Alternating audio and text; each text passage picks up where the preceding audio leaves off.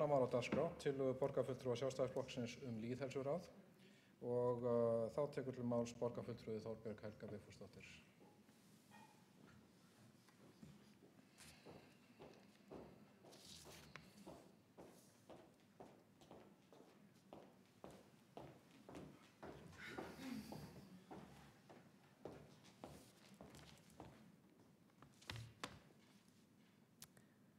Forseti, ágætu borgarfulltrúar. Hér leggjum við Sjálfstæðismenn fram tillögu sem hefur búin að vera talsvert lengi í bígerð og búin að fara í þvottavélar og umræðu hjá ýmsum sérfræðingum í heilbrigðisgeiranum og í háskólum. Og þið hafa hana það fyrir framan ykkur. En þetta snertir sérstaklega offitu og ofmikla þyngd sem eitt helsta vandamál velmegunarlanda. Ísland nú því miður í harðri samkeppni efstu sæti við þær þjóðir sem eru of þungar, eiga stærsta hlutfall einstaklinga sem glíma við svokallaða klíníska offitu, eiga þyngstu óléttu konurnar og keppi við þær þjóðir sem eiga hvað flest börn sem glíma við offitu eða ofþyngd.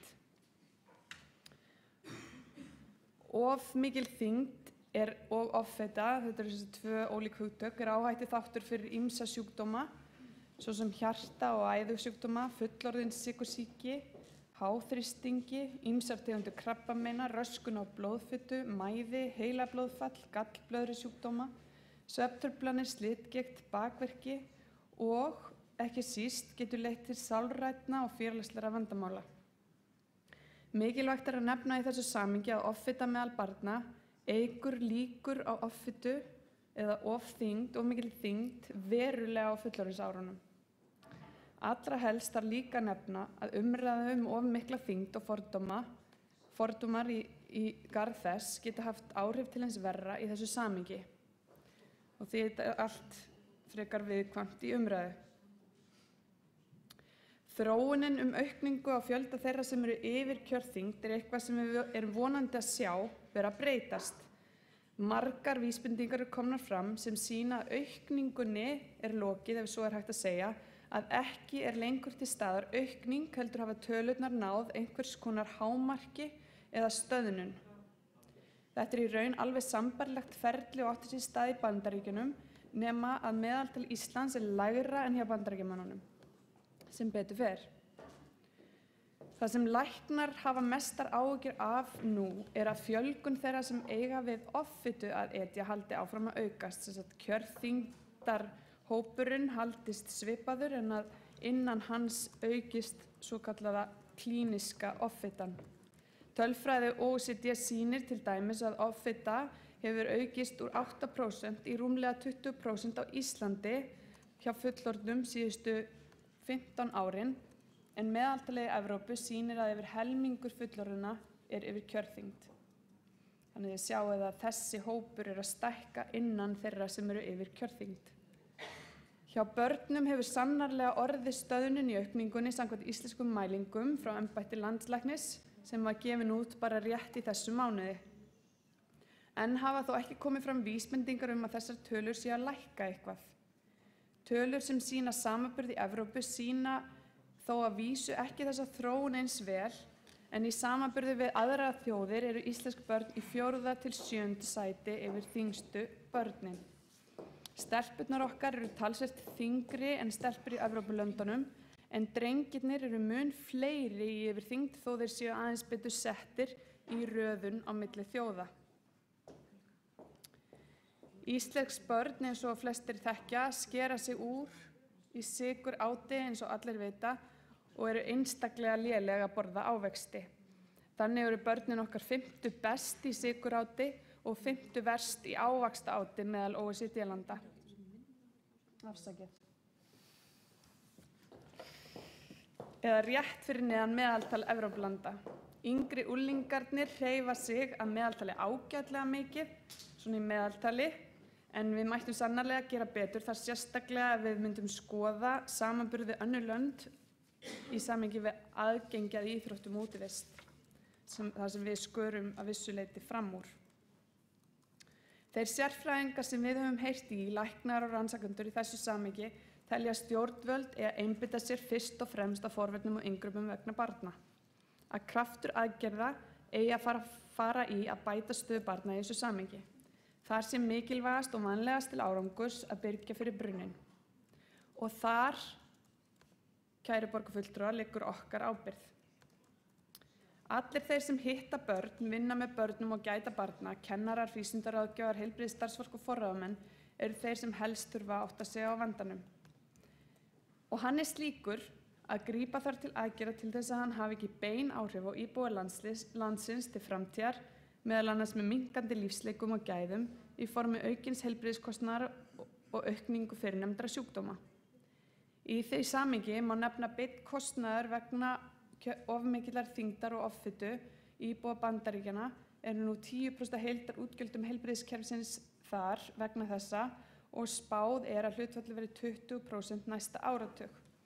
Þessi kostnaður segir meira en mörg orð og gefur kannski helst til kynna hvernig lífsgæði þessara einstaklinga dvína hratt. Reykjavíkurborg hefur þannig talsverðum skyldum að gegna í þessum málum sem öðrum. Hjá borgin eru öll börn íbúa í einhvers konar þjónustu alla virkadaga í skólum og stofnunum, auk þess sem að þúsundir barna taka þátt í íþróttastarfi styrktu af Reykjavíkurborg. Þó að við séum öll meðvituð að verkefnið að ábyrgjast góða líkamlega heilsu barna sé foreldra, vitum við sem hér sitjum að gæðunum í þessum efnum er misskipt líkt og í öðru, eins og í námi, eins og í þátttöku í íþróttum og í tónlistarnámi. Tölurnar sem við höfum þegar séð í nokkuð mörg ár sýna að misskiptingin felst í því hvar í borginni börnin búa. Í einum grunnskóla borgarinnar var fyrir nokkrum árum 11% barna yfir kjörþyngd og í öðrum 38%. Þetta eru tölur sem eru þekktar erlendis frá eins og hér, algengt er að sjá þrefaldan til fjórfaldan mun miðað við hverfi, stétt og stöðu. Það gengur ekki lengur að hvíslast á þessar staðreyndir, við verðum að fara að vinna.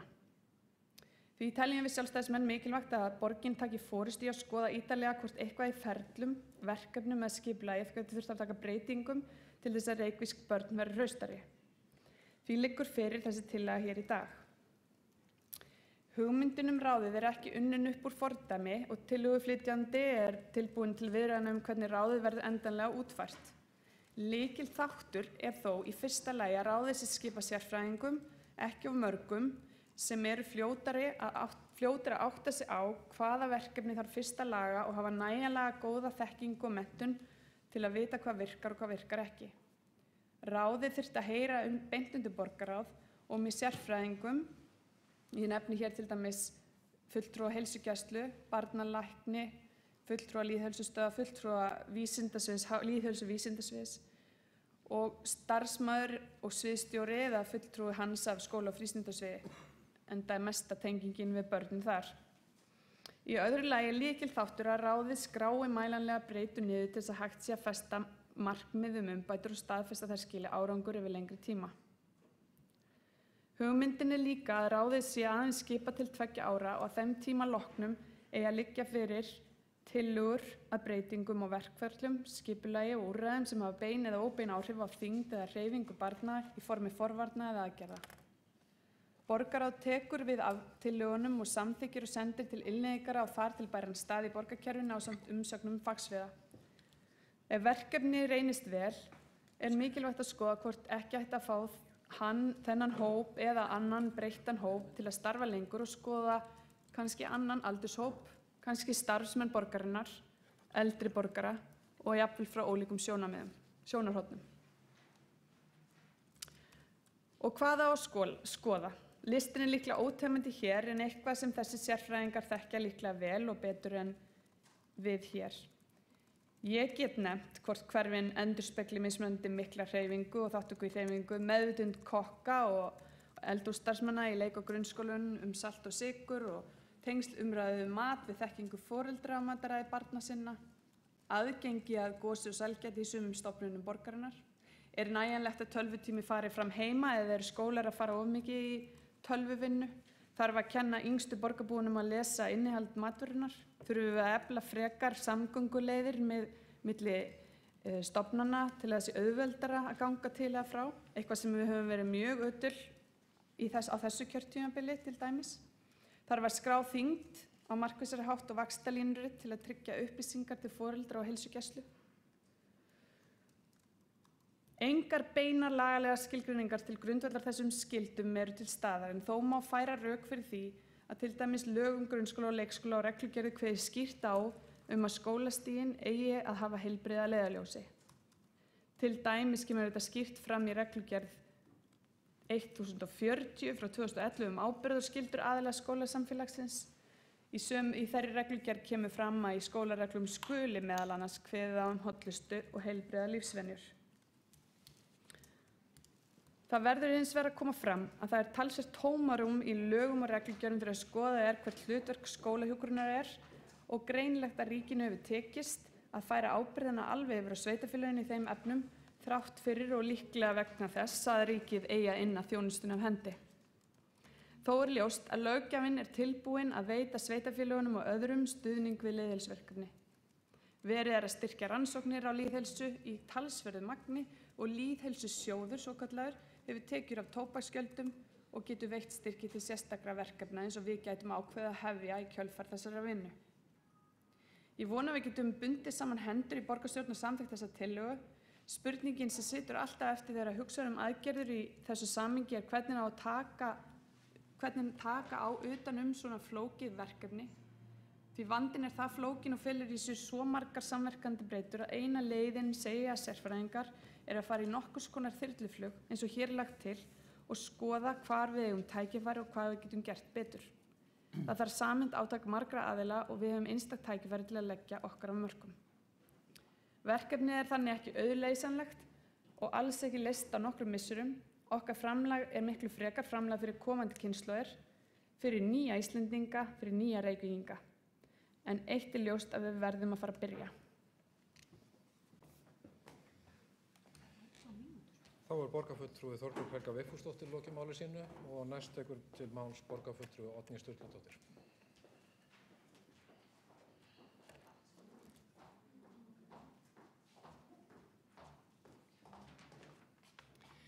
Forseti ágæta borgarstjórn. Það liggur hér fyrir tillaga borgarfulltrúa Sjálfstæðisflokks lýðheilsuráð. Hvers markmið er afar gott. Ég held þó að útfærsluna þyrfti að ræða betur og ég heyri ekki betur á tillöguflytjanda en að það sé mikill vilji til þess. Greinargerðina vantaði, það var aðeins óljóst við lestu tillöguna sjálfrar hvað væri þarna undir, en borgarfulltrúi Þorbjörg Helga Vigfúsdóttir fór afar vel yfir málið. Ég held að þetta mál sé mjög brýnt. Við getum litið svo á að gerð slíkra mælikvarða eða ráðgjöf og stuðningur frá ráðgjafaráði, hvernig svo sem það er skipað, geti verið okkur mjög mikilvægur stuðningur til að mynda við innleiðingu eins af grunnþáttamenntunar. Þeir eru 6 og einn þeirra er heilbrigði og velferð. Mikið hefur verið unnið á síðustu árum í verkefni sem heitir heilsueflandi skólar. Þar hafa kannski heilsueflandi framhaldsskólar verið mest ábyrjandi í umræðinu og mikill og góður árangur þar náðst. En það er að sjálfsögðu mikilvægt að hafa öll skólastigin undir og eins og tillöguflytjandi segir að lengi býr að fyrstu gerð og okkur ber að byrgja brunninn áður en að barnið er dottið ofan í hann. Mér finnst mjög mikilvægt að horfa til lýðheilsu eins og við skynjum að landlæknisembættið hafi skilgreint lýðheilsu sem með því að horfa líka á andlega þáttinn, sjálfsmynd og líðan og geðheilbrigði.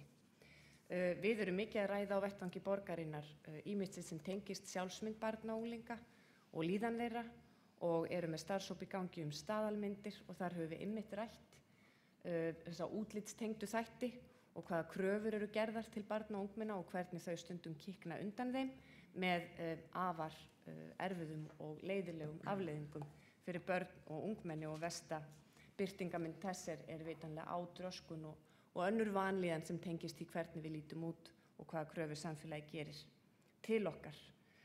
Rétt eins og borgarfulltrúinn Þorbjörg Helga Vigfúsdóttir kom inn á, þá skipta hér líka mjög miklu máli mötuneytin okkar og þar ætlum við okkur að gera góð mötuneyti betri og höfum fjallað það á vettvangi borgarstjórnar með nýju fyrirkomulagi máltíðaþjónustu sem fer vonandi að fullum krafti af stað næstu áramót og þar að sjálfsögðu undir að maturinn í skólunum sé eins hollur og næringaríkur og völ á. Skólar í Reykjavík tóku þátt á síðustu árum í verkefni sem var leitt af einum af sérfræðingum landsins í lýðheilsuvísindum. Þar var farið inn með íhlutun og svo voru samanburðarhópar til hliðsjónar þar sem að mikill kraftur var settur í hreyfingu og næringu og alla áherslu á þessa þætti hjá stórum hópi barna. Þetta var mjög stór og viðamikil rannsókn. Niðurstöðurnar eru ánægjulegar, það er að segja að svona íhlutun hefur mikil og jákvæð og góð áhrif og það er merkjanlegt að áhrifa rannsóknarinnar sem löngu er liðin, það er nokkuð liðið síðan rannsóknin var gerð, en niðurstöðurnar er að koma fram ein af annarri þessi misserinn að áhrifana gætir ennþá í skólastarfi þeirra skóla í Reykjavík sem tóku þátt og það er mjög mikilvægt. Það sem kom einnig í ljós í þeirri rannsókn að íhlutunin í skólunum hafði gríðarlega góð og jákvæð áhrif á börnin, bæði hreyfingu þeirra, þol og það var ýmislegt annað mælt í þeirra heilsufari. En það reyndist örðugt þrátt fyrir mjög mikinn vilja og viðleitni og það var raunar þáttur í rannsókninni að tengja heimilin eins og hægt var inn í rannsóknina. Því að það er eins og með allt í skólastarfi að við getum haft mjög háleit markmið og gert mjög marga góða hluti og hrint mjög mörgum þörfum verkefnum úr vör en það hjálpar auðvitað mest til og gerir auðvitað verkefnin lang áhrifaríkust ef að heimilin spila algjörlega í takt og það reyndist mikil áskorun í þessari rannsókn og þessu verkefni sem fór þarna fram á þessum árum og þess vegna held ég að það sé mjög mikilvægt að við vinnum þetta með foreldrum, eflum umræðu meðal foreldra og aukum þessi tengsl því að öðruvísi vinnum við þessum málum ekki brautargengi. Ég myndi segja að þessi umræða offitu og þyngd, hún er að sjálfsögðu mikilvæg og það er alveg rétt sem borgarfulltrúinn kemur inn á að það er munur eftir stétt og stöðu og búsetu barna í borginni hvernig þeim málum er háttað. Við vorum nú hér bara að glugga í á borðunum áður en að ég steig í pontu í skýrslu UNICEF aðstæður barna, velferð barna. Þar kemur fram í skýrslunni árið 2011. Ég fann ekki niðurstöðurnar fyrir 2013, heldur hafi ekki breyst og ef þær hafa breyst þá hafa heldur breyst til hins betra. Því að eins og borgarfulltrúinn vék að þá hefur síðastliðinn áratug þá hefur offita og þyngd barna ekki verið að versna mikið, ekki mikið verið að færast til hins verri vegar. Þó svo að við viljum kannski sjá stöðuna betri. En samkvæmt þessari UNICEF skýrslu frá 2011 þá teljast 5% barna á Íslandi offeit og við viljum að sjálfsögðu sjá þessa tölu minnka en ég held að það sé líka mjög mikilvægt og það höfum við rætt í starfshópnum okkar staðalmyndir og það er mikið á döfinni hjá Lýðheilsustöð og landlæknisembættinu að hafa alltaf í samhenginu þegar við ræðum þessi mál að heilsa er óháð holdafari. Það er líka mjög mikilvægt að við séum ekki að ýta undir staðalmyndirnar það hvernig hinn fullkomna manneskja á að líta út, því að hún er ekki til. Við erum eins og við erum, en að sjálfsögðu ber okkur að taka ábyrgð okkar alvarlega þegar kemur að heilsueflingu almennt, að maturinn í skólanum sé hollur og næringaríkur og að við sinnum okkar skyldum þegar kemur að íþróttum og hreyfingu. Allt eru þetta mjög mikilvægar forvarnir. Þannig að ég myndi segja frá sjónarhóli skóla og frístundamála að slíkt ráðgjafaráð eða hópur ráðgjafa sérfræðinga okkur til aðstoðar og stuðnings í borgarkerfinu verði mjög henni góða og að gerð einhvers konar mælikvarða sem við getum stuðst við muni styðja okkur mjög í skóla og frístundastarfi öllu. Þá er borgarfulltrúi Oddný Sturludóttir lokið máli sínu og næst tekur til máls borgarfulltrúi Kjartan Magnússon.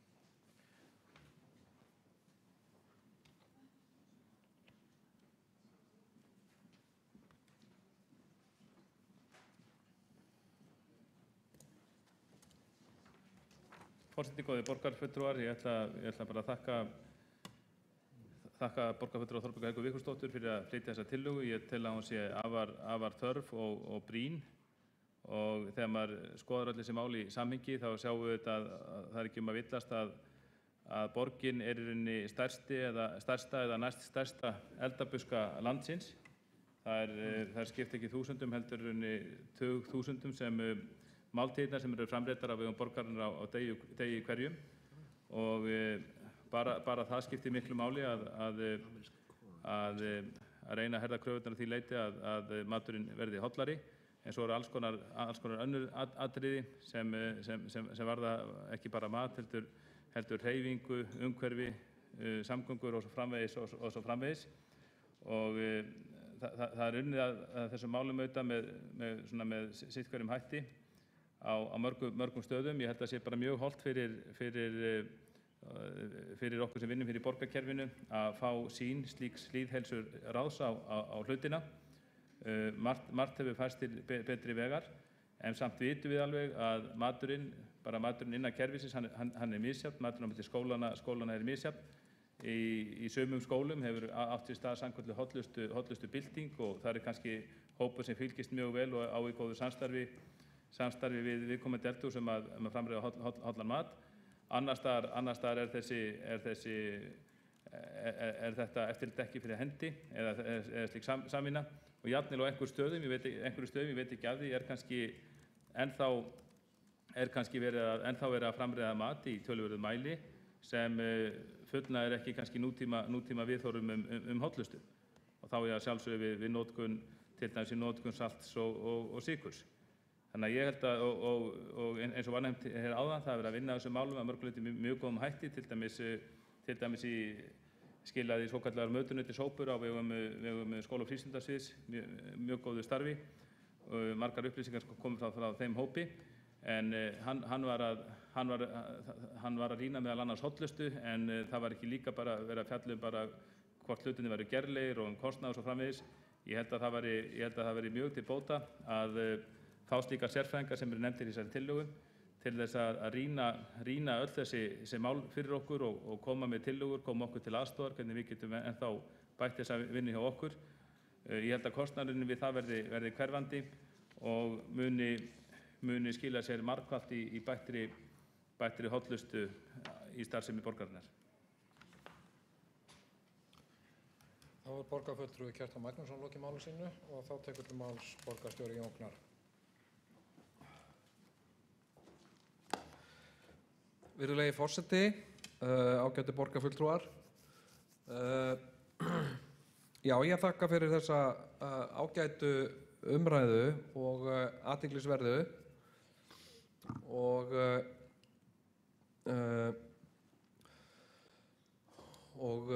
svona þörfu hugleiðingar og aðgerðir og mér finnst þetta bara svo sósíalískt og flott.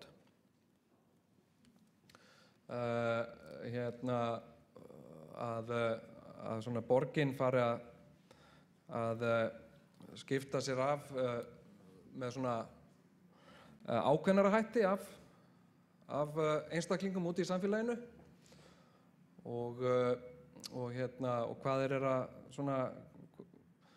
hvernig þeir eru að fara með sig, og ég er algjörlega sammála því. Mér finnst það vera skylda og hlutverk borgarinnar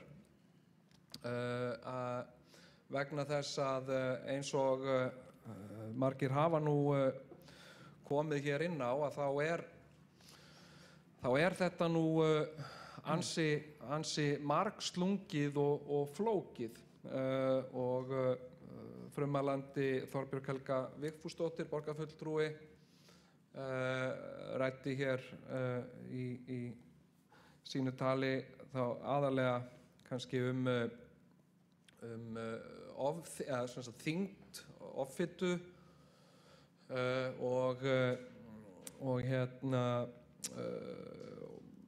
það er vissulega mjög athyglisvert hvernig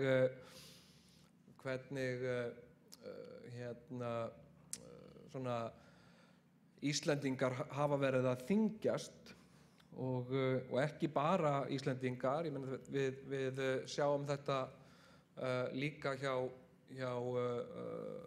öðrum þjóðum, nágrannaþjóðum okkar, eins og vinum okkar í Ameríku og víða í Evrópu líka og er þetta mörgum mikið áhyggjuefni.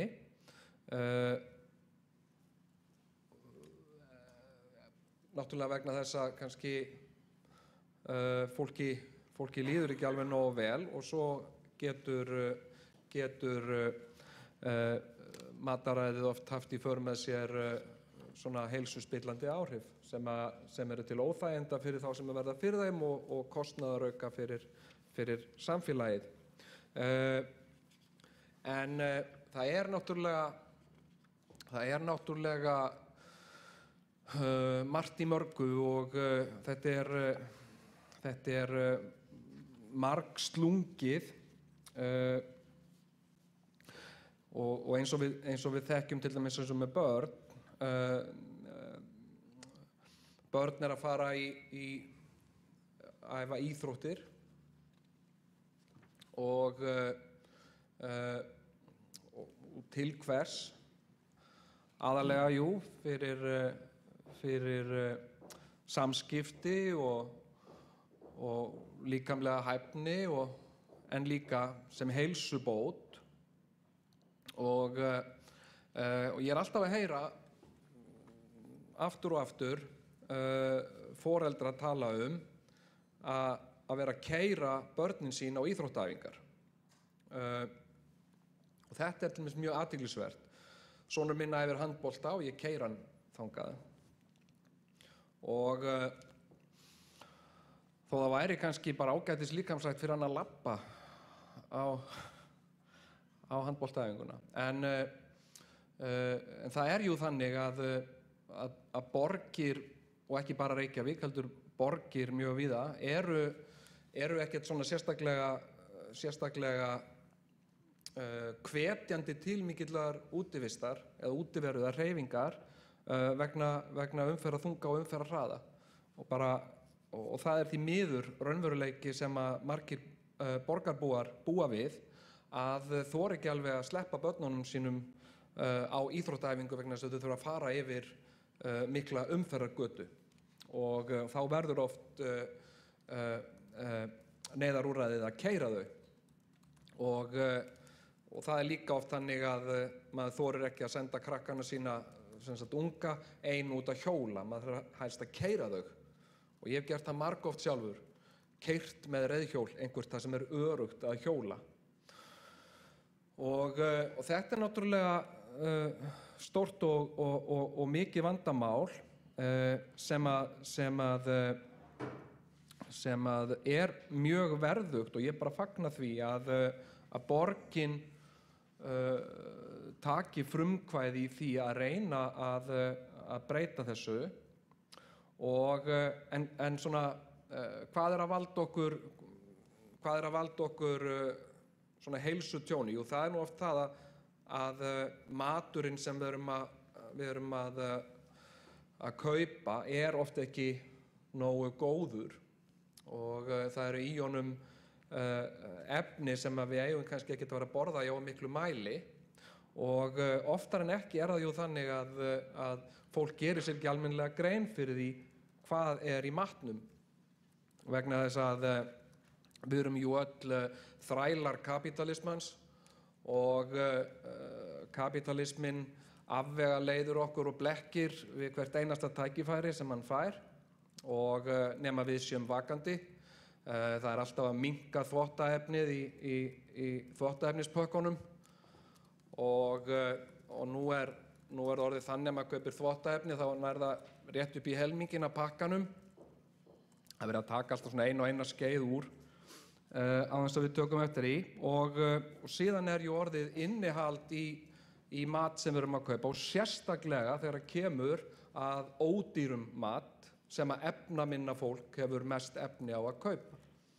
Og þar gætir nefnilega ýmissa athyglisverðra grasa ef maður skoðar til dæmis innihald, og það nú annað af bellibrögðum kapitalismans, að hann hefur nú gjarnan komið þannig fyrir að það ekki nokkur einasta leið að lesa á umbúðir nema maður sé með sérstök gleraugu til þess. Oft appelsínugult letur prentað á gulan flöt, þannig ekki nokkur einasta leið að sjá það í venjulegri búðalýsingu, heldur það maður helst að hafa það undir lampa með stækkunargleri. Ég vil í þessu sambandi, og mér finnst bara gaman að tala þetta, BBC framleiddi á síðasta ári mjög athyglisverða sjónvarpsþætti sem að heita The Man Who Made Us Fat, og mjög vandaðir og góðir þættir. Og hver The Man Who Made Us Fat, eða kallinn sem gerði okkur feit? Og það var Nixon. Þetta allt saman Nixon að kenna. Þar rót vandans að finna. Og eftir því sem ég kemst best eða minnir, að þá var það þannig að í 1971, þegar að Nixon var gríðarlega óvinsæll og stemdi að endurkosningum. Hann vildi finna leið til þess að gera sig vinsælan aftur. Hvað gat hann gert? Og hann ákvað að lækka matvælaverð og með því að bæta maís í mat. Og drýja hamborgara í staðinn fyrir að þeir væru algjörlega bara kjöt og fita, að þá taka út smá kjöt og setja maís í staðinn.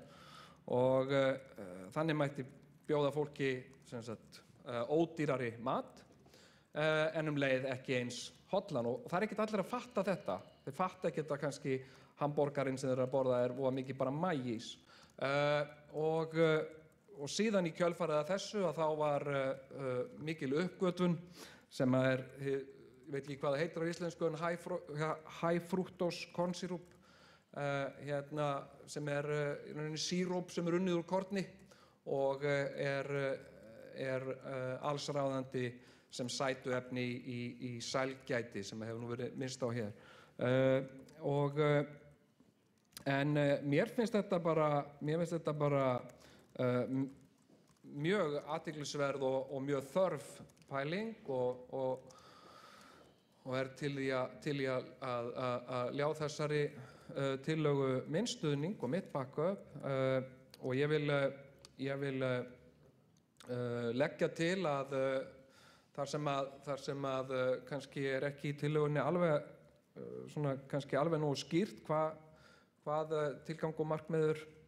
tilgangur og markmið eigi að vera, kannski þyrfti að útskýra það betur. Þá legg ég til að við vísum þessari tillögu til borgarráðs til frekari útfærslu, en fagna þessu og já, þetta allt saman Nixon að kenna. Takk fyrir. Þá borgarstjóri Jón Gnarr lokið máli sínu og næst tekur til máls borgarfulltrúi Sóley Tómasdóttir.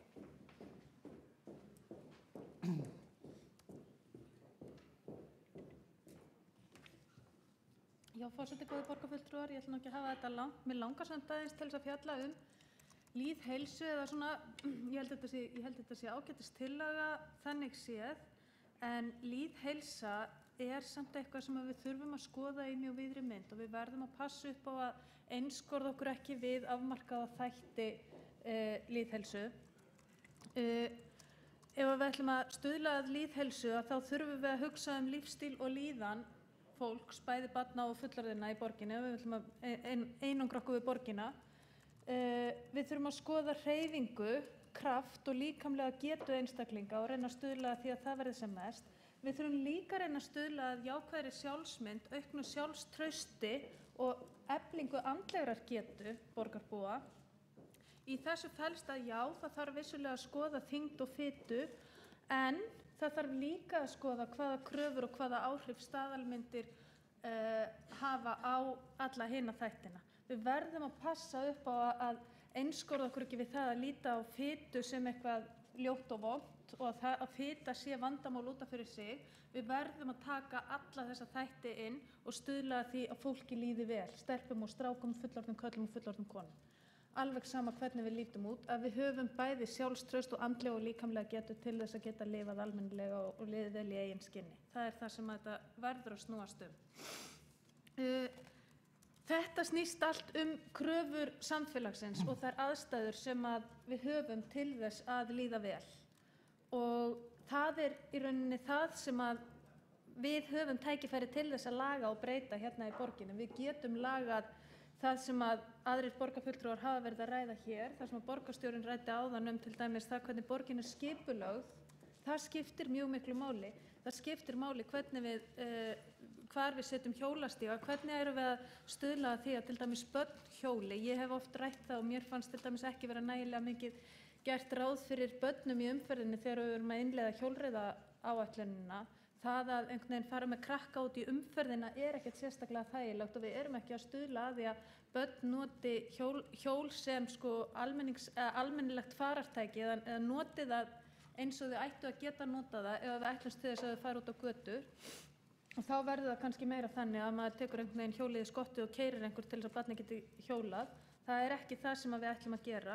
Við þurfum að skipuleggja bæði gönguleiðir, hjólreiðar og nærþjónustu þannig að börn geti komist leiðar sinnar á hagkvæman og heilsusamlegan hátt. Við þurfum að skipuleggja skólastarf þannig að það sé í lagi. Við þurfum að hafa mötuneyti þannig að við séum að bjóða börnunum upp á heilnæman og almennilegan mat. Við þurfum að passa upp á að innleiða þá þætti sem að aðalnámskránn gerir ráð fyrir og allt þetta sem aðrir hafa talað hér. Við þurfum líka að skoða hvernig við erum að vinna á velferðarsviði, hvernig þjónustumiðstöðvarnar eru að mæta kröfum fólks. Hvað erum við að gera í samstarfi við grasrótar og hagsmunasamtök? Hvað erum við að gera til dæmis í samstarfi við líkamsvirðingar átök sem hafa verið haldin? Höfum við verið að stuðla að þeim, höfum við verið að styrkja þau og styðja eða eru það einhver sjálfstæð átök sem er verið að halda einhvers staðar út í bæ án okkar aðkomu? Hvað hefur mannréttindaskrifstofan verið að gera? Hvað erum við að gera í starfshópi staðalmyndir og stúlkur og svo framvegis og svo framvegis? Þetta er rosalega stórt og víðtækt mál. Og þá er ég komin að því sem að ég er pínu einhvern veginn í vandræði með og það er lýðheilsa eitthvað sem við getum tekið út og sett í eitt sérfræðingaráð eða er lýðheilsa eitthvað sem við verðum að fást við inni á öllum sviðum borgarinnar og í öllum fagráðum borgarinnar og samþætta öðrum störfum. Og það er það sem ég á í pínum vandræðum með varðandi þessa tillögu, hvort að við eigum að hafa þetta sértækt eða samþætt. Ég hef talað fyrir því að mannréttindaráð sé sérstakt ráð og að mannréttindi séu sérstakt viðfangsefni sem við tökum út fyrir sviga og reynum að stuðla að því að vinna inn á öll önnur svið. Vegna þess að ég tel ekki að mannréttindavinna sé komin það langt að við náum að samþætta hana öðrum störfum hjá okkur, þó að vissulega sé verið að reyna það. Það er ekki bara ég, heldur höfum við haft þetta svona í ansi mörg ár að mannréttindaráð og mannréttindasvið og mannréttindaskrifstofa er að vinna að þessu málum. Við gætum tekið lýðheilsuna á svipaðan stað, búið til bara lýðheilsuráð og lýðheilsuskrifstofur sem að er einhvern veginn hefði þá það hlutverk að fylgja eftir lýðheilsu áherslum inn á öllum öðrum sviðum borgarinnar, en ég er ekki alveg sannfærð að það sé rétt. Ég veit það ekki, ég er ekki að útiloka það, en mér finnst þetta vera eitthvað sem við þurfum að ræða betur og ég myndi mjög gjarnan vilja að við tækjum þetta til dálitlar umræðu og svona kannski bara, tækjum smá skoðanaskipti þessi mál áður en lengra er haldið. Ég held að tillagan sé mjög góð, mér finnst umræðunar hérna mjög góðar, en ég finnst við þurfa aðeins að þroska þær áfram áður en að við samþykkjum endanlegt form á þessu og þess vegna styði það að þessu verið vísað til borgarráðs. Sennilega væri þó hægt að funda kannski eitthvað þessu utan svona til þess að fara í smá hugmyndavinnu eða pælingar eða jafnvel að borgarfulltrúi Þorbjörg Helga Vigfúsdóttir færi betur yfir það með okkur í hverju þetta ætti að felast. En allavega þakka þið fyrir ágæta tillögu og listi vel á það málsmeðferð sem hér hefur verið kynnt. Þá er borgarfulltrúi Sóley Tómasdóttir lokið máli sínu og þá tekur aftur til máls borgarfulltrúi Þorbjörg Helga Vigfúsdóttir.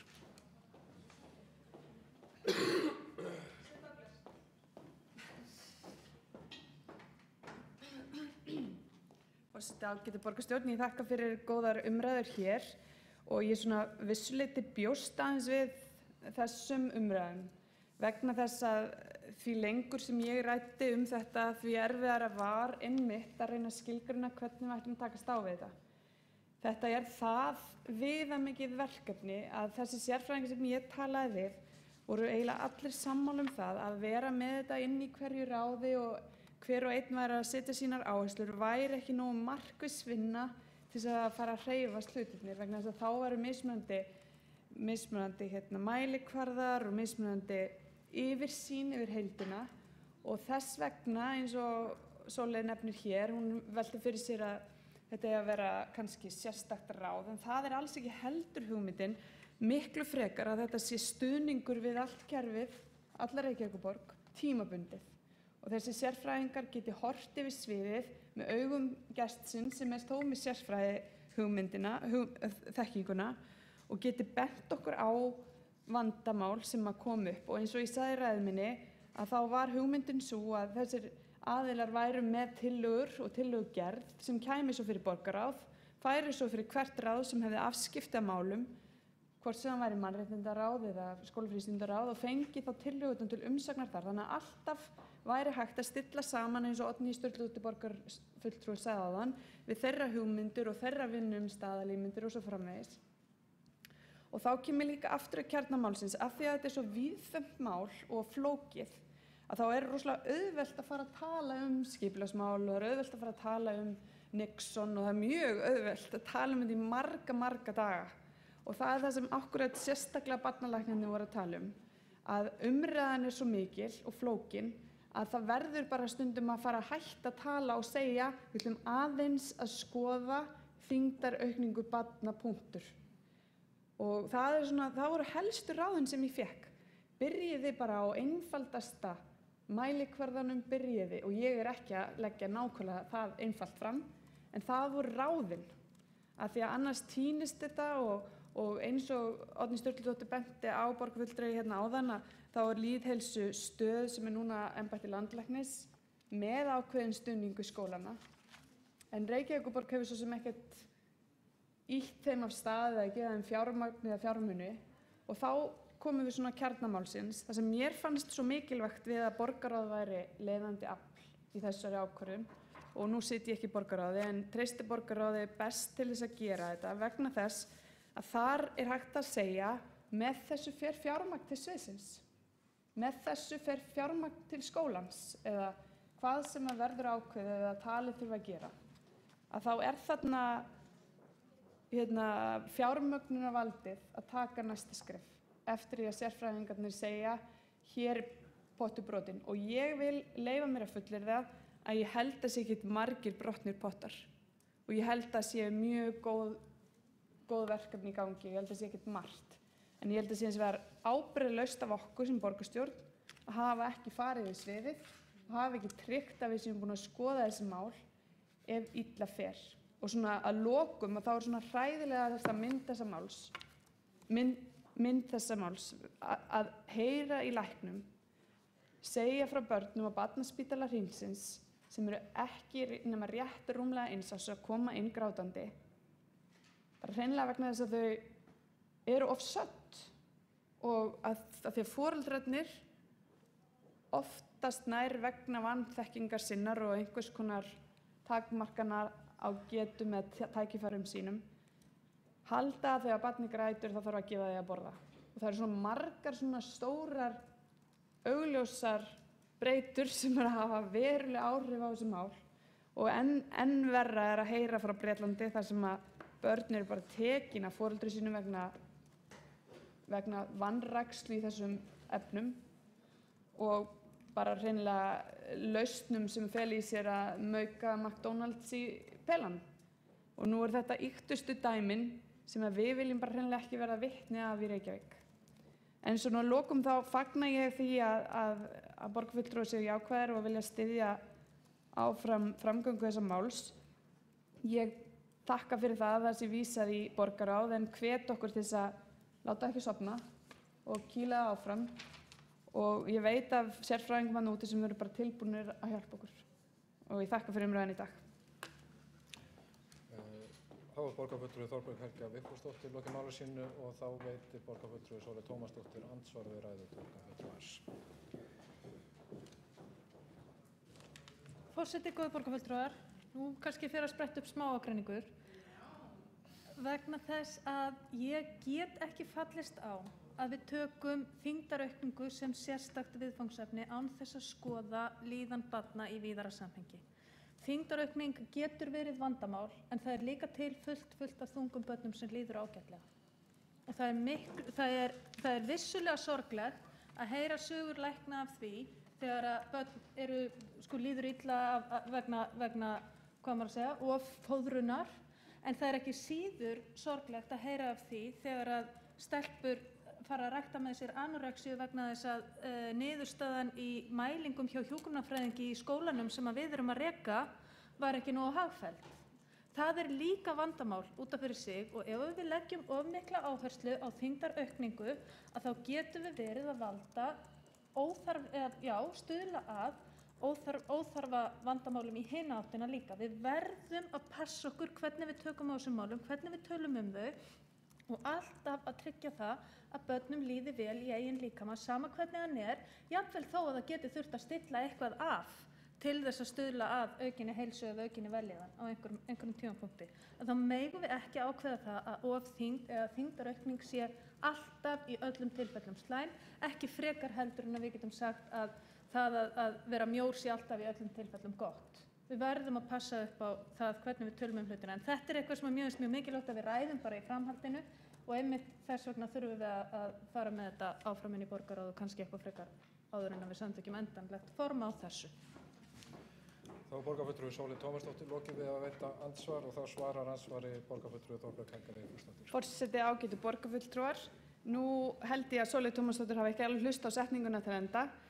Það sem ég sagði var að sérfræðingar og læknar hvöttu eindregið til þess að vera með þetta eins einfalt og skýrt til mælinga og hægt væri, eins og að vera að mæla bara þyngd barna.